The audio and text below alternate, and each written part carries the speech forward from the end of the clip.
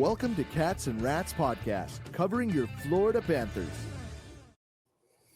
Hey everyone, and welcome to the newest episode of the Cats and Rats Podcast, episode number 39 here. I'm your host, Kirby Lupo, joined alongside my co-host, Cody Stevens. As always, Cody, you got to be feeling good right now as a USA hockey fan. The Tkachuk brothers making a huge impact here in this Four Nations tournament. But before we jump ahead to that, we're going to start at the beginning of this tournament. And before we kind of get into these games, Cody, I just think there's a lot of bad takes out there. This is going to look like all-star hockey, exhibition. I don't care. I've seen content creators come out, certain parts of the media come out and say they were dead wrong. Cody, I think you and I said from 2-3 months ago, we did our podcast before a lot of other people did their podcasts on Four Nations, predicting lineups and everything like that. I know that you're going to mention here on this episode some of your W's.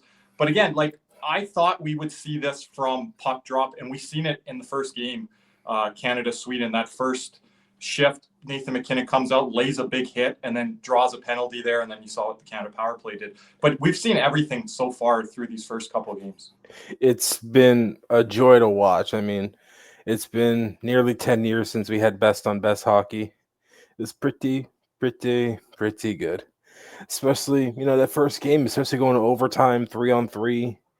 Best players in the world. I mean, Nathan MacKinnon, Connor McDavid, and a lot of open ice, and Sweden came out a little sleepy in that first. I was kind of worried it would be turned into a little bit of blow up, but they battled back and found a way to tie it up. Eventually lost in overtime. But do you think that's how their team makeup is? We talked about them being a little soft, especially with the forwards up front. Canada getting their game going right away with the forechecking, physicality. We'll talk about the second game here in a little bit, which I think even amped that level up with the scrums and different things that we saw. But I think the amount that Canada had the puck, which was the whole first period, and then the amount of physicality that they played with, it was a perfect blend there. The second period, a little bit sleepy, and you got to see the pushback from Sweden there. But you're really seeing through these first two games, two nations that are favored and what type of style they want to play. And what a power play one of Canada has. I mean, one power play, we got to see it for 20 seconds, and that was in the back of the net. Back of the net.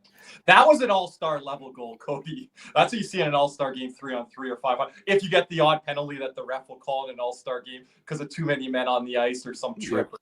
Like that. That's what you see in an all-star game. I'm just happy we don't have to hear about it because some people in the community were worried about this being a glorified all-star game. This is no all-star game because you have the country crest in front of your chest now. It's a little different here, especially.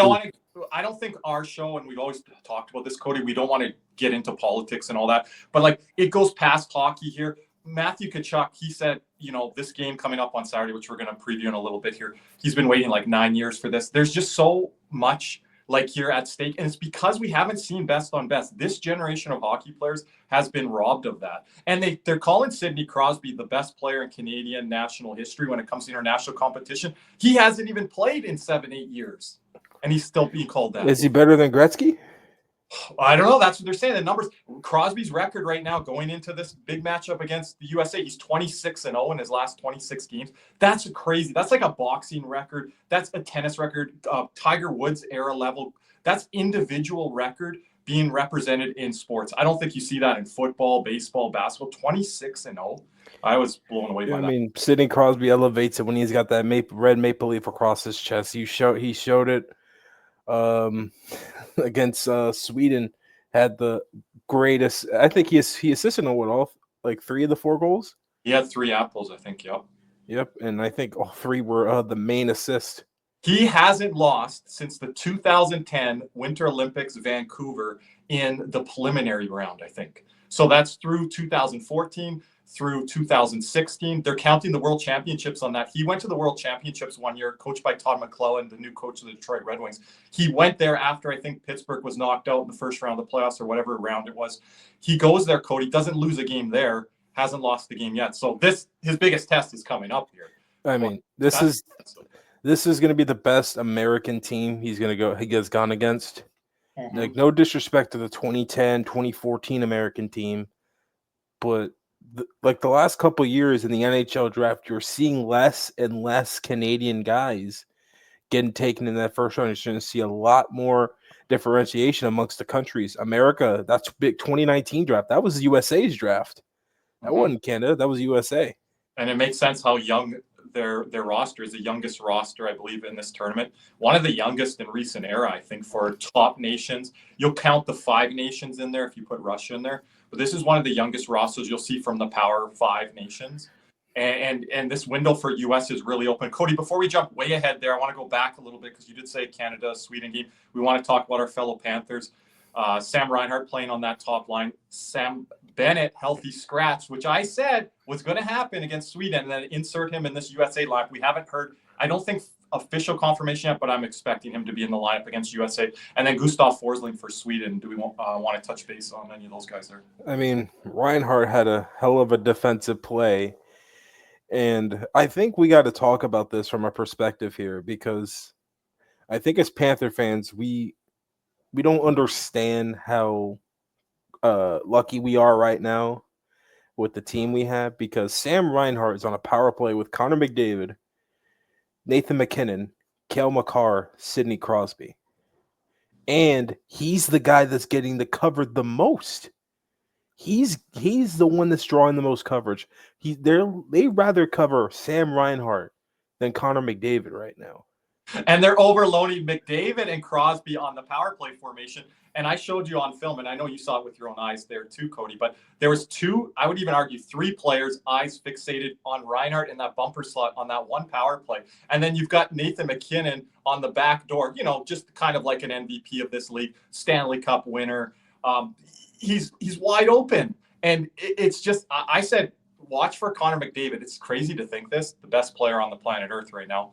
One of the best players that we've seen in the game of hockey. He's going to be the most open guy on the power play. But when you have that overload with Crosby and McDavid, you saw the confusion with our very own Gustav Forsling there, and then Matthias Ekholm on the other side there, kind of covering middle ice. Forsling didn't know what to do with Crosby and McDavid, and then Ekholm gets beat with that puck that goes across to McKinnon. And Reinhart is just sucking up all the attention there in that slot area. So I know a team like USA, Finland, that's very detail orientated when it comes to defense, even though they don't really have the horses on the back end there. They're going to be seeing that power play. Just even that one power play, you can go over film on that for like 5-10 minutes and be like, okay, what are we going to do here? And you can only take so much away. Cody, it reminds me of like the dream team for USA in basketball. How much can you take away from that? And like, it's ridiculous. It's a little ridiculous because Forsling just got put in hell. I mean, there's just no other way to put it. I mean, that is one of the toughest assignments you could draw as a defenseman. I mean, you have the best player in the world right in front of you. The previous best player in the world who's still at the top of his game, do not get me wrong. And then you have the reigning Hart winner behind you. And a guy in the bubble. And I think Cale Makar didn't even have his A or maybe even B+ game. And he didn't even really have to touch the puck there on that first puck. It was ridiculous. That's one thing I think the USA is going to have trouble with is that power play, and they're going to have to stay disciplined. But now, what do you have any thoughts on Sam Bennett? And then Gustav Forsling, I just want to add on him.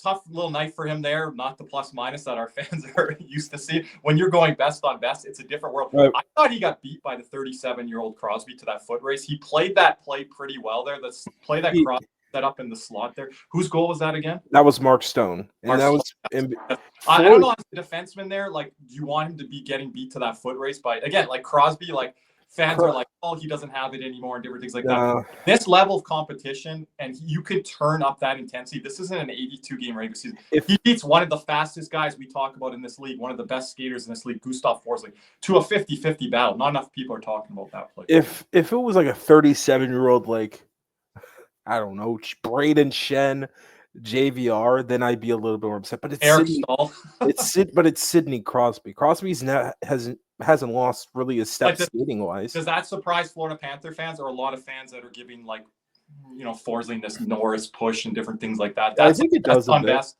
you get beat there. I think it does a bit, but once again, he did everything he could on that play.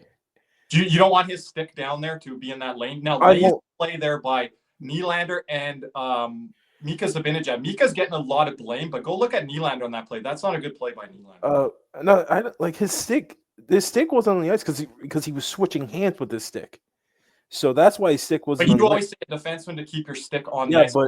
Yeah, I went back and watched other plays. Guys had their sticks and angles and different things when guys were coming at them and from different approach levels. Yeah. And like But that. You want to maybe have it there. If he doesn't make a play on it, that's fine. But yeah, nowhere but near the play but there. at that point, he's trying to switch hands with it. That's why it wasn't on the ice. Okay. And he's got to go above Crosby because he's not trying to take a penalty. But does Forsling think he's going to get beat by, again, 37-year-old Crosby to that outside lane? You can't think that when you're that elite skater and that good of a player. You've got to protect middle ice there. And if your goalie, Gustafson, which I thought, I thought he was good at moments, other times he wasn't. If he doesn't make that save, then it's not the goalie. I thought he got better as the game went along. Gustafson did.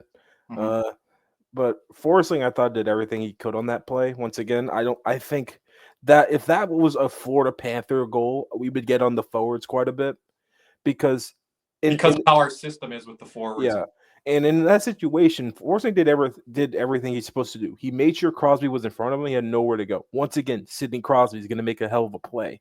Okay, I wanted to bring this up on the podcast specifically, not on our live streams. And everyone, I appreciate you guys following our live stream there last night. Great views on the Finland-USA game. Thank you for all the thumbs ups. But again, Cody, I wanted to bring this up to you because you always talk about stick position with D and like certain things, and that's a play that you could show on film there. I think the forwards are going to get chewed out a lot. I think it's more the forwards right there. Stick position, it drives me nuts when a defenseman's in front of his own net and he doesn't have a stick on the ice. Because you're saying stationary and sees everything in front. Yeah. Mm-hmm. Like, keep your stick on the ice. You can't defend anything like that. Once again, I could point to a pretty crucial goal. Game 1, Stanley Cup final. Remember? Bennett to Rodriguez. Darnell Nurse doesn't have a stick on the ice. Yeah. Pass goes through him. Bang, in the back of your net. And I know we pick on our defense, too, in the cup runs and different things of not having their stick placement on ice. And they're trying to move a guy in front of the net, or they kind of have their stick elevated there. Yeah. And that's how we get caught with a lot of high stickings, because we're trying to do all those things. But we're not the greatest stick placement. As elitist hockey team as we are, we're not the greatest. With Forsling, he didn't have the greatest stick games. He had a rough night because, just look who he's going against. I gave him a C- grade. I think I grade our players that night. I think he was a C-C. I think I was fine with because I didn't think he was horrible. I thought there were worse guys for Sweden. Yeah, maybe up front with the forwards than the D. I thought Elias Pettersson wasn't great. I didn't think Mika Zibanejad was great at all either. Yeah. Jesper Bratt's a guy that I'm starting to think a little bit differently about because he's starting to show up in these tournaments. He made a great play to tie up that game. Lucas Raymond, a guy who I said I was high on in the live stream. Yeah, he proved me a little wrong one game, but I'm like, let's see it because Detroit hasn't had those huge games. We're going to get into that with Brady Tkachuk here in a little bit. The Detroit players haven't had those type of games where they've had to step up. Big games have not been, regular entrant in the NHL playoffs. But I was impressed by Lucas Raymond against Canada because I think there was more individuals that showed up for Canada than that did for Sweden. Even though it was a close game, I think you go across the lineup, more guys for Canada you can check off. Yeah, Marchand, Stone, McKinnon, Crosby, McDavid in the first half. What's funny was I thought Hedman showed his age a couple plays in that game too. Yeah, he was the guy that I would, not. Yeah, but I thought if you talk about best player for Sweden, I think my answer is going to be either Lucas Raymond or Adrian Kempe. I'm with you, and I think Kempe has another level to his game. I don't think his teammates and line mates and people around him gave that opportunity, but he tried to make the best of it in opportunities. But Kempe and Raymond, they showed a bit of edge there. Yeah, and once again, we don't have that many Panthers on the Canadian. We get into Sam Bennett. healthy scratch there against. Did we not expect that? I've been calling that out for. Since these lineups have been announced, that probably not going to see him Sweden again. People as of this recording, no, but for his role, he's going to win Cody, I would think. Yeah, but as of this recording, it's looking like he's going to draw in versus USA. They'd be stupid if he didn't because. Why did you add him to the team if you're not going to use him against USA is what I would say. Yeah, and I rebuttal. I'm interested to see some things here. I think I got to find the line. I think he's with Reinhart quickly there. I gave him I dropped him from a B to a B- because, again, John Cooper, let's get to this, Cody. We can't bury this. Doesn't play him in overtime. Barely played Crosby. I had a problem with Reinhart, but he barely put Crosby on the Crosby when they scored that goal. Mitch Marner. That was first or second shift for Crosby. And again, he's dealing with a nagging injury or something, so that makes sense. But why is Sam Reinhart not out there on the power play with Hagel and Sorelli and other guys? I have a big problem with that. I have because that's where you're starting to see the coach bias kind of play into it. Yep.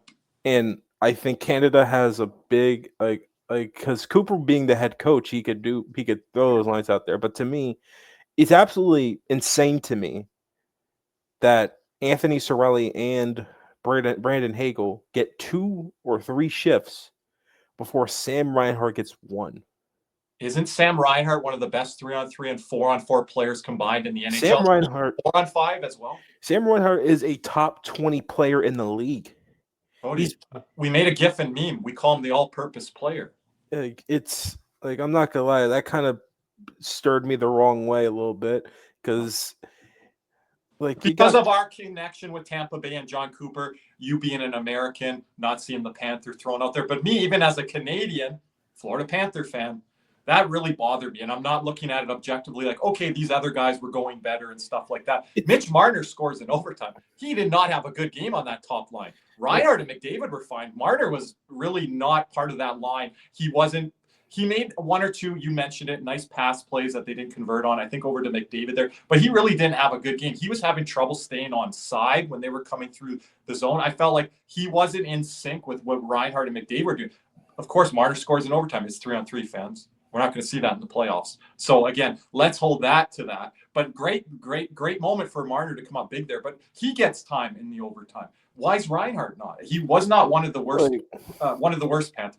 Canadian forwards. I think he really showed up, especially through the first half of the game. And then you kill all that momentum not throwing him out there. Yeah, it's just I had a problem with that.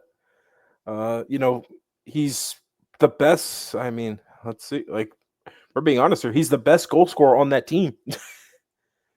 Yep. And if you're playing him on power play 1 and you already played Braden Point, who you coached, John Cooper, on the power play 2, you don't throw Reinhart out there for the first, second, or even I would go third of overtime. Sam Reinhart is tied for 3rd in the NHL with goals. And he's 2nd over the past year in goals. And the only guy above him is Austin Matthews. Right? Sorry to interrupt. He scores them every way. And we talk about, because we see him so much, I think we have the best beat on this. He's not a liability out there like some other players are. One that plays for Canada, one that plays for the USA. He's not a liability 3-on-3. He's always thrown out there with Barkov and Verhaeghe. And if you've got a guy in Forsling that goes out there, these are guys that regularly play together in 3-on-3 overtime. And I don't understand you don't put them out there when you're playing them with the best player on the planet 5-on-5 with Connor McDavid and all those guys that you mentioned on the power play. That was the most stunning thing so far. Yeah, but the Sam Bennett thing for us wasn't shocking. I mean, if we're going to be honest here, Sam Bennett is the 13th best forward on Team Canada. I know some co-hosts have pushed back on me on that, Cody, not you, but some have. And I'm like, no, he's 12th, 13th. It depends where you rank Jarvis, but they think very highly of connecting. I think Seth Jarvis at this point is probably a little bit better than Sam Bennett, no? Ooh, okay. Yeah, I like Seth Jarvis. I really do like him, even though he's a Carolina Hurricane. I do like him as a hockey player. And if you want to give Anton Lundell his flowers like we do, look at Seth Jarvis' playoff numbers and how many games he's played. Seth Jarvis is the only Hurricane I really like. He is the youngest player. I think Canada has 13 Stanley Cups. You didn't look up this for USA. We're going to get into the USA-Finland game here in a minute. I think they have 3 total. Matthew Tkachuk having one of them. 13 for Canada. I counted 12. Yeah, 13. Yeah, but let's Jarvis is the least inexperienced player for Canada. Let's have them up. Reinhart has 1. Crosby 3. Yeah, Crosby has 3. Yeah, but just counting the players, that's 2. All right, Reinhart, Crosby, McKinnon, Stone. Hagel doesn't have 1. Sorelli does, though. Sorelli, Point, Marchand, Bennett, Devon Taves, Cale Makar. You're at 10 now, I think. Parayko. Yes, I forgot him. Dowdy. Binnington. And you got to count Theodore, that was injured. Yep, and Hill. So more, 14 maybe? Somewhere around there. And you're one of them guys is your 3rd string, and your other guy might be your extra forward in Jarvis. So that's the big thing coming into Saturday. I want to get into the USA-Finland game here. Everyone's probably like, you guys talk enough about Canada. Appreciate that, Cody. Gave that a lot of time. But Canada with all this experience with cups, but I got to say, this USA roster, you look at the forward ranks in particular, obviously the goaltending too, the forward ranks so deep. And if they come through in this tournament and go, say, undefeated and just roll roughshod through this whole tournament, I think it's because of their forward depth and just scoring up and down line. And Like- Cody, you mentioned the third line, and so did I. And that was huge for a Team USA there to start that game with the Brady Tkachuk, Boldy, and JT Miller getting into a scrum there, like the first. That's a big line. And right before we move on, I mean, Sam Bennett has put on a new line in practice today, which I think is going to be the new line going into tomorrow. Listen to this. He's centering Brad Marchand and Seth Jarvis. Hold on. He's centering now. According to Chris Johnston, he's centering. So who's sitting? Looks like Konechny. So they're going to Sorelli maybe on the wing? Oh, no. Here's what they did. They moved Point to the wing and just made a Tampa Bay Lightning line. Oh, interesting. I don't mind Point on the wing. They go McDavid, Reinhart, Marner, McKinnon, Crosby, Stone, and then they go Sorelli, Hagel, Point. Ooh, okay. And then Bennett, Marchand, Jarvis. You're talking about a fourth line that can bang. I think that's a fourth line can bang quite a bit. Do you think that's trying to counter with USA because of what their third line was? Now we're going to get into it here. Brady Tkachuk plays with his brother Matthew, but if that third line starts out again, JT Miller, Brady, Boldy, I think you keep that third line. Need that Tampa Bay third line. I don't want the Tkachuks with each other at all times. Okay. I like them best when you like what Sullivan did, because I think Mike Sullivan did a great job with the lines and everything. I like him in like a burst. Like if you need a little bit of jump, all right, you throw both of them out there at the same time. He took a little bit of a chance, and we'll get into the numbers here. Fans are going to roll their eyes like, what do you mean, Kirby? They took a chance. But how that third line was playing, I thought was the best line for America through like 20 minutes. Yeah. And Boldy didn't get a lot of minutes. And the minutes that he got, he did everything with them. I think he was around 11 minutes. Yeah. But well, right before we go deep into that game, let's pay some bills. Let's hear from our sponsor, CanesWear. Panthers fever is here. Are you geared up? CanesWear in Davie is the place for all your Florida Panthers needs. They have the latest gear for our favorite NHL team. Jerseys, polos, t-shirts, hoodies, hats, and more. CanesWear has you covered. Stop by their store in Davie or at pantherswear.com. Again, that's pantherswear, WEAR.com for all your Panthers gear. I mean, and now we get to the bulk of the Panthers now. Yes. Cody, I'm at for this tournament. Even though we only had one for USA, but Team Finland, aka Team Panthers / Dallas Stars, was a great game through two periods. I was impressed. I'll say, yeah, you can say through two, but the 20-30 minutes, like you could argue portions of that Finland carried pace and play. And when they could get it into the American zone and below the hash marks that our co-host Nick likes to say, and below the dots, they were really heavy and effective, and they were making quick strikes and quick plays to the front of the net. Because this is different than past Finnish teams and national teams, Cody, where you try to muck and grind it out, throw back to the point, try to get bodies in front, deflections. They were looking, get it behind the net, boom, out front, one-timer, put it on net. Hellebuyck had to make some sharp saves there. I don't think he was overly tested if you look at the overall scope of the game, but there was portions in that game, especially in the first half of that game, where Finland was getting turnovers, winning puck battles, getting out to the front of the net, and I thought USA had a hard time trying to adapt there, but I think as the game went along, we'll get into this, the depth of America shows out and the lack of depth that Finland has, especially on the back, and all those minutes and accumulation. And it was a heavy game from the start. To take that war of attrition, they were dishing it out too, Nico Mikkola. But when you don't have the numbers, it's going to wear down your team more often than not. And like I said, like you tweeted out yesterday, I graded the players yesterday for America. I probably could have gave Matthew Tkachuk an A+, but I think I thought of that when I looked at that for you, because you were calling him the player of the game, and I want to get into that because I would have had a different player of the game. And I heard people up here on the Canadian Airways doing that too. Now, is there a little bias there because he wears a C for a Canadian team? Maybe, but I thought he was really the difference maker from start to end. But I only gave him an A because I thought he could start it out the first two periods a bit better. Yeah, I thought Brady, that's my player of the game from the start to end of the game. And he had just as much impact on the game as his brother. And that goal that he scored, I called it nifty. Matthew gets that one by Saros. They said it might have hit Mikola's stick. I don't know. That was a big goal by Tkachuk on the power play there in front of the net. That's what we want him to do for the Panthers night in, night out. I think he knows when to turn that up, and when certain moments of the regular season doesn't, he's like, do I want to take a cross check here? Do I want to get in front, dirty area here? Sometimes you got to make a business decision. Right? I think that's what Matthew does sometimes. Brady said this was the biggest game of his career, and not to mention the one that's coming up here on Saturday. Matthew has been in a lot of these games through the last couple of years. Brady was, you could argue, even more amped up from start. I mean, because Brady's never been made to the playoffs, so this is the first time he's experiencing an atmosphere, probably since junior or college, like World Junior Championships, that type of deal. Did you hear Brady's joke? He said on the press conference stand, he's like, I lead the league in watching most playoff games live without playing in any of them. And you could just tell how hungry he is. And his dad, Keith, said nothing against my daughter or other son, Matthew, but Brady is the glue of this family. He always asks mom and dad, how are you doing? He's so supportive of everyone in the family.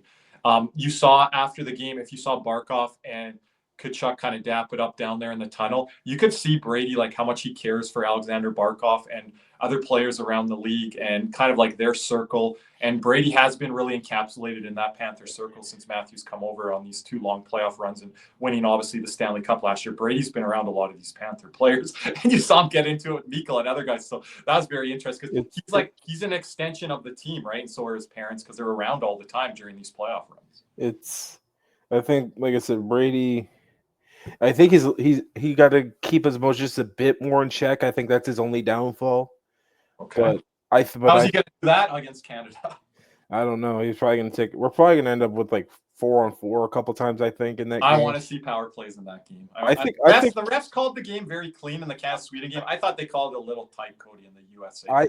I think you're going to see a power play early for each team because I think the refs are what they're going to have to do is lay down the law pretty early. And set the tone. Who are we going to get in this game? Chris Rooney or something? Jeez. Probably Wes McCauley. Wes McCauley called the USA. Yeah. He gets taken out by it was a tight. You thought it was tight call, but there really wasn't any calls that. What about that first USA power play against the Finland? First one was ticky-tack, but they gave Finland one right after that. But all the rest of the Finland calls, those were penalties. But remember when I said they could have taken, was it Matthew Tkachuk and someone else that was battling for that? And they could have taken both to the penalty box. And they didn't do that till the end of the game there with, was it Fox and some other guy? There was a lot of stuff going on in front of the net in the Finland-USA game, man. Cross checks and guys punching each other. So they let that go, but they called some other things a little tight on stuff. You had Mikkola in the middle of all of it. Oh, yeah, with Brady to start. And then some of our community members said on our live stream, then even Matthew there a little bit too as the game kind of went along and things like that. Matthew even went at Barkov there in the corner there a little bit. That was interesting. That was kind of funny. But I mean that going back to player grades, I gave Nico Mikkola, I think he was the lowest grade I gave, which is a C minus. And I put in the comments, I told you it wasn't his fault. I wrote that when I tweeted it out. Because he's just playing above his head. Lusto, there was some nice moments there. They were on the ice for the first goal against the Lusto-Lundell line, and then they were on the ice for the Jokiharju goal where Finland takes the lead. First lead. That was just a bad goal by Hellebuyck. Hellebuyck should have had a shutout. Yeah. But that was nice work by Lusto there in the corner to start that play if you go all the way back. I think 4 or 5 guys touched the I thought Lundell-Lusto line was for a good part of the night was one of Finland's best lines. Because the Barkov line early with Rantanen and Lehkonen were cycling the puck really well, kept it. I thought the USA was in trouble a bit there at points in that first because of that line. Lundell doing the same thing. It was I said it 1,000 times, but watching Finland, I felt like I was watching the Panthers again. We said it at the same time on the live stream. It's it's the Panthers. I'm like, is this Paul Maurice hockey? When they had the puck in that zone time on USA, I was surprised on the zone time. And Cody, I was surprised early. Fans aren't going to look at this now because they always look at the result. We have these post games, but Cody, you and I dig into the games, whether win or loss for our team or our nation. USA was very sloppy with the puck, trying to puck exit out of their zone early on in the game. Finland would grab the puck and they would counter attack, and they got some good opportunities there, and not just scoring opportunities, more so zone time off of America just giving the puck up freely for icings or through the neutral zone there. Finland really turned it back quickly, and that's where you're seeing the new age of Finnish players that we haven't seen in 6 to 8 years on Best Hockey. The Rantanens, Ahos, Barkovs. Go back to that World Juniors when Finland won with Aho, Puljärvi, and Laine as their top line. That was domination that we've never seen in Finnish international history. And I just feel a little sad for Finland. Yeah, we've got a lot of players on the team that represent the Florida Panthers, but I just feel sad for them with all the injuries that they've had. Yeah, I think they were robbed a little bit because – you're missing your most important player, which was Miro Heiskanen going into this. And you have to play 5-4s on the power play instead of have Miro there. He's going to be out there. And I think all the minutes, hard minutes, 5-on-5. And Finland, he's a good defenseman that fans I don't think give enough credit for. Me and Nick talk about that a lot. He's very good with stick positioning, coming back and then grabbing the puck, winning some battles, and moving it out of the zone. And you just don't have that there. And Finland, their biggest problem with their power play was they couldn't get into the zone. Because since Barkov's at the top now, I call him the walking zone entry. He's going to get in the zone no matter what you do. I think there are 5 players like that. I think McDavid's one of them. I think McKinnon's one of them. I can't really think of everyone on the top of my head, but still, Barkov, when the Panthers power play is at their best, he's just in the zone with the greatest of ease. But since he's at the top umbrella, he can't enter the zone. And you're talking with a bunch of guys who are not used to carrying the puck in the zone. Rantanen, remember, he's used to McKinnon. And now in Carolina, I'm not sure who carries it in. I'm pretty sure they probably just dump it in. Yeah, it's not Laine. He's not going to be. And then Laine. He's just setting up for his spot there. And they got him over there once. Hellebuck made a nice. And then Hintz may be the only one, but I think Robo may carry it in over there in Dallas. Dallas, yeah, sometimes it more. May be Hintz as well, right? So. Yeah. It's tough for Barkov. He's not playing in that position with Florida, and then he's kind of pushed to that spot here because of the Miro Heiskanen injury. Anything else on the player grades for Finland? Because all of our fans guys going to get to America. I think I gave Lindell a B- because I thought his line was really good for most of the night, and I didn't think any of the goals were necessarily his fault when he was out there on the ice. Yeah, but Lindell really bad in the faceoff dot. Cody, I think he was around 27%. I looked, so that was where I would have maybe had him grade a little bit lower than you there. But I want you to have the grades because we did the live stream and your nation, USA, winning in dominant fashion, especially if you look at the second half of that game. We only have one guy to player grade there, but I don't know, just talk about this performance. And if you're American, pound your chest right now and be like, we're the class of this tournament and you got to come through us. We're not the class yet. Saturday will prove all of that. Seen, again, not best on best, but what we've seen leading up to this World Juniors, I understand from a Canadian perspective how Americans are riding high going into this game. And they look at how that game ended. Now, you look at the first half of the game, it was very close. But how they finished that game and finished through Finland, where Canada had to take it to overtime against Sweden. I'm fine with that. If Canada's a slight underdog by odds makers coming into this contest on Saturday night, I'm fine with that. I think there's a chance it is just because of that comeback by Sweden. And once again, I think Canada's goaltending kind of got exploited a little bit. It's up in the air. Now, Lankinen's going to go in net for Finland. Binnington Hill, that would have been a question mark for this USA game here. But because Binnington made 1-2 stellar stops down the stretch, including an overtime there, I think they're going to be sticking with Binnington here. And if you're America, you're just sticking with Hellebuck throughout here. Allows that one bad goal, settles in. He has the most room for error here if this is how USA is going to play throughout this tournament. By Finland, because the Jokiharju goal was so bad. He's got everyone had to be thinking Hellebuck, Winnipeg versus Colorado, things like that. But that Winnipeg Colorado game series was mainly because Winnipeg's defense was just horrible. They here's the thing.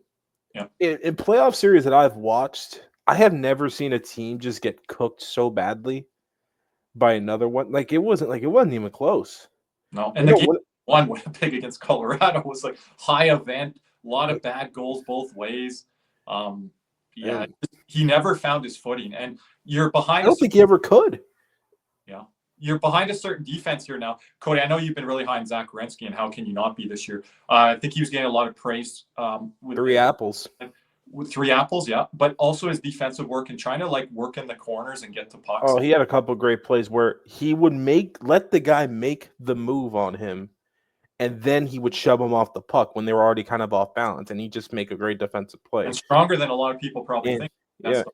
Because remember, Columbus hadn't been to the playoffs in 2020, 5 years now. Yeah, all the way back to Kirk and then the Tampa Bay upset, right? Yeah. But Cody, like I think the drop off is bigger. You're worried about special teams a bit, and I think from the American perspective, I can see that penalty kill and then the power play trying to combat it with Canada because you don't have Quinn Hughes, and I think the drop off from Quinn Hughes to Jake Sanderson is way bigger than anything with Canada from Shea Theodore to Travis Sanheim, who I think is going to be in the line. And I think highly of Travis Sanheim. He is tough. He is mean. He's got a big stick. He's a big body. So I think that's where if it turns into a little bit of a special teams battle. It's so weird for me to say as a Canadian, like USA is better 5-on-5, but I would give the lean to Canada for special teams because Canada's always been like the bread and butter has been their 5-on-5 and throwing like 4 lines out there. But now I think that role is reversed now going into this matchup against the US. And Quinn Hughes has just been what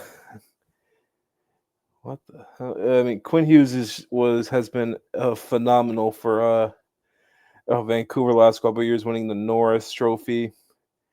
Just an absolute like what? All right, shout out Carly there. Carly's calling me from Montreal, from Four Nations. She just landed with Canadian Ryan. We call him Canadian Ryan. And she calls me. I've got my phone on Do Not Disturb here, so just set everything off. So for those who don't know, Kirby records the podcast like his camera's like on his phone. So if you and I have Do Not Disturb, and it's never rung through. So I don't know why this time. I think she hit me on a video call because she wants to show me the sights and sounds of the festival. Yeah. She's like, "What's a festival?" I'm like, "It's a festival. What do you want me to explain about it?" The festival of hockey. Love so you, Carly. Like ready to show me now. She's probably mad at me, but sorry. She's probably gonna be dying laughing when she hears this part of the podcast. Like, but it ties into everything, right? But for those who are on the video side, it's just gonna see your screen go black and like, what the hell? We do some post production in there, but we're pretty good at one take. So I want to leave this in just for some funny bits. Okay. But sorry to the audio listeners, but back to it. But Quinn Hughes has been the second best or the best defenseman in the NHL last 2 years. Norris Trophy last year. Big part of the reason why Vancouver made it to the second round and almost toppled off Edmonton, but the injuries down the stretch in that series kind of cost them. And I was watching the way the game we're playing, and I'm like, man, Quinn Hughes would actually love, like, because the defense are able to jump up in the rush, and especially with 3-on-3 overtime, the amount of space he would have. And the tempo, you saw USA, and credit to Austin Matthews, Poppy here. He came out flying in that game for USA, really led the charge as captain. That's where Quinn Hughes right away, I think in that first period, he's coming out and setting the pace and tempo right away. Yeah. It's just unfortunate that USA are missing that, but they have so much other depth and pieces, I understand. Yeah, but Austin Matthews, I thought had a great game. He may have not had the greatest game on the score sheet, but he did everything he was supposed to do. Yeah, I think their teammates, coaching staff is over the moon with Austin Matthews' first game there. A lot of criticism for these Toronto Maple Leafs players. Mitch Marner scores the game-winning goal. Austin Matthews looks like one of the most impactful players, especially in that first period. And he had a hell of a crossbar. Yes, that's the thing. And there was crossbar by Matthews. There was a crossbar by Nelson. So you can go back and if you're on the American side here, which a lot of our audience is, you can say, yeah, we were down and the game was even, but he had crossbars. I don't know. There are probably some people like Caesar who just like, I don't care who wins. Not me. That was wild by Caesar. Yeah. I think that Canada-US rivalry will be kicking another notch for people that are just kind of the casual observers or like new to best on best. It's going to take another level here in this game come Saturday. But what else do we want to talk about here with Finland, USA? At the end of the day, it turns into a blowout. One of our co-hosts, Vince, said, Kirby, I don't see a blowout in this tournament. I said I see 1 or 2. I think you can almost constitute it as a blowout there, how the final score ended up and, how there's such a big gap in that third period. It just snowballed. I mean, 2 goals in 11 seconds to start the third for the U.S., Kachuk and Gensel, and then Brady gets another one. Matt Boldy, who had the game winner in the back half of the second, who you and Nick, I don't think picked to be on Team USA, but I did because I felt like he's a big body, young, and he's been really good for Minnesota. Yeah, I had Clayton Keller, obviously Tage Thompson. That I've been pounding that drum. We'll see if that comes back to haunt America or not. And then they didn't go with Cole Caulfield, who would have been in his home city and then playing in Boston as well, the rival rink. So we've been very familiar with these venues, these rinks, kind of this emotion, even though, Montreal hasn't been in those playoff style wars and things like that. And the way that he's been playing. But I think, obviously, America thought how Canada was going to build their team heavy and different things like the Sam Bennett's of the world. They thought, we can't have our team too skill-based, perimeter-based. That's a guy like Jason Robertson, too, that misses out. That is a bigger body, but doesn't always use that body. So you see how USA has built this team through JT Miller, Boldy, obviously Brady Tkachuk. He's going to be there regardless. But he's being elevated, I think, in this lineup, Cody, because of the style that they want to play. You see Matthew Tkachuk, I think, with 8 shots on goal. Brady had 8 hits, I think. Something ridiculous like that. I mean, player of the game, the 8 hits. He was one of the best players on the third line, gets elevated to play up with his brother in the top 6, plays unbelievable there, laying the body, getting in scrubs. He did everything to me. And you see why he is a captain in this league. Yeah, but I mean, for disappointing players in that game, for USA, I think it's easily Kyle Connor. Yeah, that's a guy I said watch how he looks. He kind of just disappeared. You didn't see him. I wouldn't say as much as Petey for Team Sweden, but I expect a little bit more of Kyle Connor in the first game. But let's see how he kind of bounces back. But for Finland, disappointing. Like Manton Palo, but it's not his fault. I mean, yeah, but he got in there as some scrums there. Yeah, but if you're talking all in all, I think Sebastian Aho once again. Just disappointing in a big game again, because I think his line was one of the worst for Finland, because I thought Lundell's line was going, I thought Barkov's line was going. I thought the fourth line for Finland as well. The Hollow line was going for a little bit. It's just it wasn't his. Mm-hmm. Like I think analytically, did the whole line finish last? It might have been. I have no idea. Did the hockey stat cards do something for this? I don't know if they did it. I haven't seen it on the Twitter X platform, but they might have it on their web-based stuff. But I've seen different people share different numbers and things like that. But I didn't dig into the USA-Finland game because, again, in the live stream, appreciate everyone being there. I didn't dig in late last night. Everyone's probably like, where's all the updates, Kirby, on Instagram side there? Oh, I put Team USA stuff out there this morning. I wanted to have it out there because today's an off day here. And then we were really busy last night with the live stream. So we put all the highlights there. Make sure to follow us there on the Instagram side. What's funny is Pierre LeBrun just tweeted saying the Canada versus USA rivalry enters a new era. And he spoke with some greats that played for both of these teams. Ryan Miller, great goalie, was the goalie for the Golden Goal in the 2010 Vancouver Olympics. Scott Niedermayer to Chris Pronger, the best pairing I've ever seen. I think it's the greatest pairing in NHL history for not only Anaheim, but for Team Canada as well. And then another USA great, Zach Parise. And yes, his dad coached Shattuck St. Mary's. Cody, I don't know if you knew that. And I stood behind his dad every holiday year because me, my brother, and my dad, we would want to go watch Shattuck St. Mary's because my dad's like, Kirby, Keegan, there's going to be a lot of future NHL players on this prep team from out of Minnesota. And let's go watch them. And JP Parise, RIP, has passed away here a few years back. He was the head coach and really the leader at one time of that program in Shattuck St. Mary's, and had his son there, Zach Parise, on the team. I think Zach's brother too. And then you had the Eves brothers. I think the Eves family and the Parise family was really close. So I got to see Zach Parise, and I saw Zach Parise win in that tournament here in Calgary, the Max Midget AAA tournament. The final game would be played on Calgary Flames Saddle Dome ice. And so I saw a lot of Zach Parise before he became big. For not only the New Jersey Devils and his NHL career, but for the Team USA program. He was always ingrained. For those who don't know about Shattuck St. Mary's, it's one of the it's probably the best preparatory school in America for hockey players. I mean, look at the players they produced. Zach Parise, Jonathan Taves, Sidney Crosby was there for a bit, Kyle Poso, Derek Stefan. I think Nathan McKinnon was there. He might have been. Jackson Lacombe, Macklin Celebrini, 2 guys who are having breakout years this year. Lacombe for Anaheim, Celebrini, recent #1 pick and having a really good year for San Jose. I'm getting them confused here, but it might be Jack over Eric Johnson, but I saw him play too with Zach. Yeah, Jack Johnson was there. Patrick Eves, another guy was there. A pretty good goalie from the 2000s, Ty Conklin, also Yes, goes I out of watched St. it. Mary's. And you have Ryan Malone, who played for Tampa in like the early 2000s. Like this is a great school that has produced a ton of NHL talent.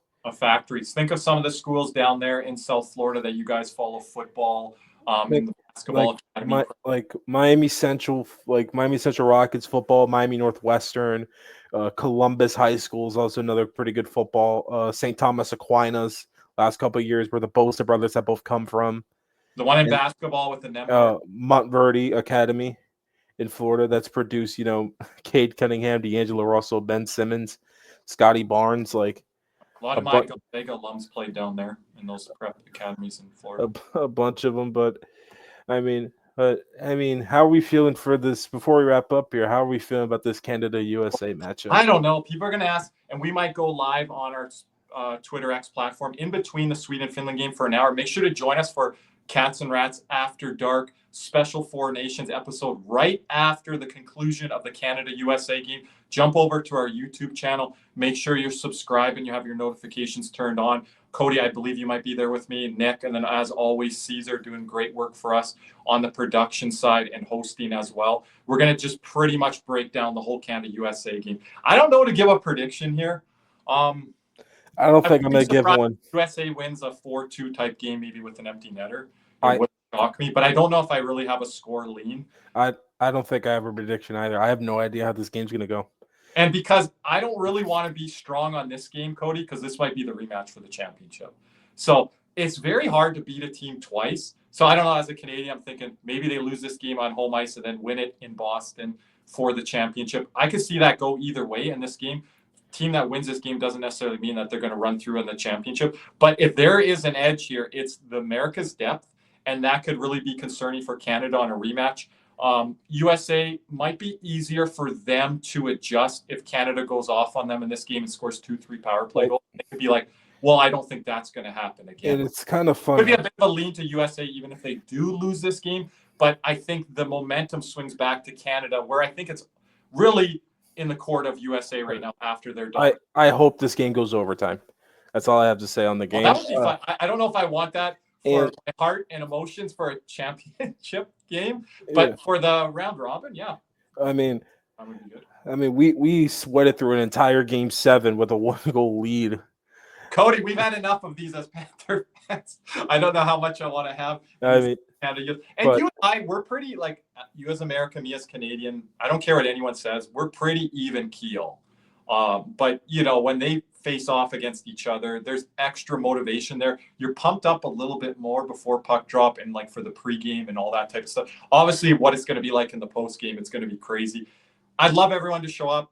Whether your nation wins or loses, please show up. We might have, as we mentioned earlier this broadcast, Carly and Ryan not only attending the Canada-US game, but the Sweden-Finland game earlier in the day. I'd love them to jump over with us on the post-game show, maybe get them synced up, maybe get the camera on there, get the sights and sounds of Montreal, and just give us that full atmosphere. That's what we always do in our post-game Spaces show. So this is going to be extra something special. This is going to rival conference final, Stanley Cup final atmosphere. Yeah. We'll see if the game does. And it's going to be a raucous crowd for Vancouver. I mean, for Canada. It's funny how I say Vancouver because that's what I was just thinking about, that raucous crowd. I know, I'm saying like Canada in the gold medal game. Or Florida instead of USA. It's like getting all of our vernacular right here because we just haven't seen best and best in forever. Cody, I didn't know you. I didn't know our community. A few people from our community showed OGs like Adam, but I haven't known a lot of you, the majority of you, since we've had this best on best. So everyone's getting me. This is funny, Cody. I have to mention this on the podcast because I don't know if I have yet. I was like, oh, Kirby, Canada homer, Canada bias. My friends in Canada call me American homer because I cheer for the Florida Panthers and always have since 1993. So I've always got it from my Canadian friends and counterparts like, oh, Kirby, are you cheering for Canada here? Are you cheering for your nation because you always cheer for Florida? Now that's kind of died now. with like the new era of the NHL where you can have a team where you get like 82 regular season games and, the invention of social media and stuff like that. But I had to battle that for years. So now it's funny that everyone thinks I'm wearing the Canada hat and stuff like. I don't even have a Canadian jersey or any memorabilia in my house. My brother has a lot of Canadian jerseys, so I'm trying to get one off of him for tomorrow for the post-game show, and I'll wear it win or loss. But again, Cody, we love hockey. I'll go watch Sweden and Finland in World Juniors here in Calgary. I don't care if Canada's play. Canada tickets are hard to get and they're expensive. So I'll go to a game and pay like $20, $30, move down below the glass. And I'm like, this is great. Because, Russia, Sweden, Finland, Czechs, they've had some more issues with their kind of program. But if you go see good hockey at the World Championship, World Junior level, you can't beat it. Here's the thing. You want to know how much I love hockey? I was traveling with my team this past year for Florida State, and we were in Pensacola, Florida, and they have a hockey, like a really minor league hockey team there. They're called the Ice Flyers. Yeah, part of the Southern Hockey League. And I'm like, and tickets were like $15 a piece. I'm like, man, let's go. Right? You can't beat your bang for your buck, Cody. If you're paying $15 for ECHL or collegiate hockey, or up here when I'm paying World Junior prices like $25 to $40 for a ticket, and there might be affordable tickets here. They said in the Finland USA game, I would go to that even as a Canadian, because like you're talking about price gouging when you're talking about the host team, and sometimes I'm like, I'm not paying $200, $300, $400 to watch my nation, but I'll go watch the game earlier in the day for $25, $50 or something like that, right? It's nice to say that you're in the arena at least once for that, but I remember, when Canada was playing here last time in the World Juniors, the prices were ridiculous. And Cody, we're a little bit of snobs. You and I, we like to watch it from home instead of sitting up in the nosebleed in the last row just to say you're in the rink. Now, I understand that with Panther fans saying, hey, I just want to be in the rink for the Stanley Cup final. I'd rather be at home. But yeah, you and I, like, you can't beat that atmosphere and just kind of the production level of these broadcasts now. Shout out to Sportsnet. I don't know what your thoughts are on ESPN. They fixed the biggest problem they had with their feed, which was that big behind bar that they had the players on the ice. TNT does something similar, but only on the power play, and it's very, very thin, so it's not blocking anything. The ESPN one was just so big, like you couldn't see the bottom of the ice. Cody's like talking about our live stream. Like, I got Sportsnet. I got nothing going on mine. It just looks like NHL playoffs here. As hockey coverage. I mean, Sportsnet blows ESPN out of the water. I thought NBC had a pretty good idea of it for a little bit there. TNT kind of level with Sportsnet. I think Sportsnet here and TNT's here. The only thing that's keeps Sportsnet here and TNT here is the color commentator. Color, like Chris Cuthbert, the best in the business right now. TNT doesn't have that. I'm play-by-play guy. You mean? Yeah, like play-by-play. Like, I'm not the biggest Kenny Albert fan. But your guy Bob Wischusen, and he's getting interviewed on. But he's ESPN. He's not TNT. Okay, not TNT. So if they had him come over to TNT, then then I'm good. But Chris, the way Chris Cuthbert says like the score and then the player's name right after, it's very like game, like the first goal is like a final, like score Carter Verhaeghe. Right? It's like, and this is why I share those stories on our Instagram page a lot more from Sportsnet, because of a guy like Chris Cuthbert. And I'm trying to show our audience like, wow, like that's a good call, because you're probably watching it from an American feed standpoint. If you're an American, it makes sense with your cable package, with your streaming package. But if you can ever live stream a game or find a game by certain means, I would recommend seeing the Sportsnet ones, because they've done an excellent job on the Panthers over these last two long playoff runs. They've had no choice, and I love this in Canada being a Panther fan, they've had no choice but to cover the Panthers, because arguably, or not even arguably at this point, we've been the best hockey team over the last 3-4 seasons. So we're getting these matchups against Boston and Toronto and New York, and they've done a really great job of calling it down the middle, and I think giving us some good level of respect. And they can't no longer not give us that respect, because we are champions, and that's going to happen. And I still think, if they win this tournament, I still think one of the craziest things to me about being a Panther fan is because like we never really had players like a Barkov or a Kachuk or Reinhardt prior to this. And shout out to our friends Maddie at Bruins Benders. They had a podcast like right after Boston got eliminated. And they were looking at the free agent centers, and they legit asked this question. They didn't say this about Austin Matthews. They didn't say this about Braden Point. They said, can this guy compete with Barkov? to whoever they're going to add. Yeah, like they were talking about with Lindholm. Like that's what they were talking about. Like Barkov has become the barometer. I think so. Wow. Because I think he's the new age Kopitar now, where I think he's a little bit better than Kopitar just because of the size now. I know we don't want to give Boston fans credit, but Maddie, he does great work there. Yeah, podcast. They know Alexander Barkov because they saw in Patrice Bergeron, and Barkov is even to higher levels when it comes to offensive prowess. He's about 2 or 3 levels higher than Bergeron, and that's I still think if you compare Alexander Barkov to Patrice Bergeron, I still think it's the laziest comparison you can make.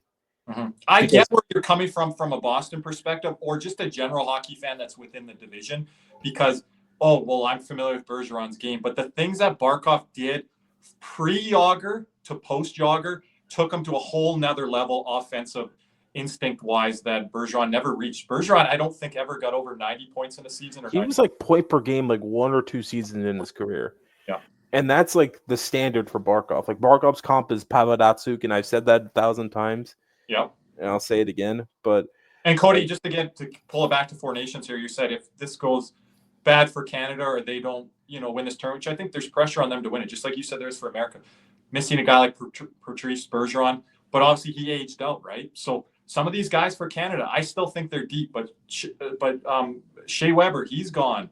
Carey Price, he's gone. Roberto Luongo, he's gone. Patrice Bergeron, he's gone. Corey Perry, Ryan Getzlaf, they're gone. So that was Eric Stahl. This was the generation of winning for Canada. Can they keep pace now? Because this window for USA is open for a long time. Now, Canada, at the very top, they have it there. But when you're playing a team like USA and the depth that they have right now, you're going to need that production down your lineup. It's going to be interesting and fascinating to watch here.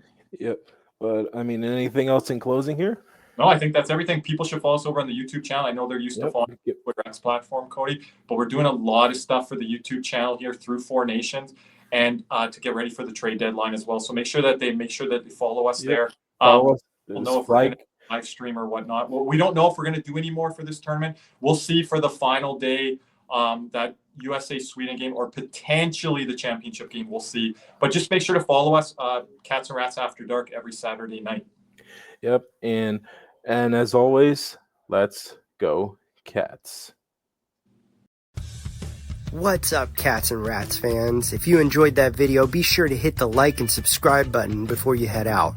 If you're listening to us on Apple and Spotify, make sure you leave us a 5-star review. And just like always, let's go Cats.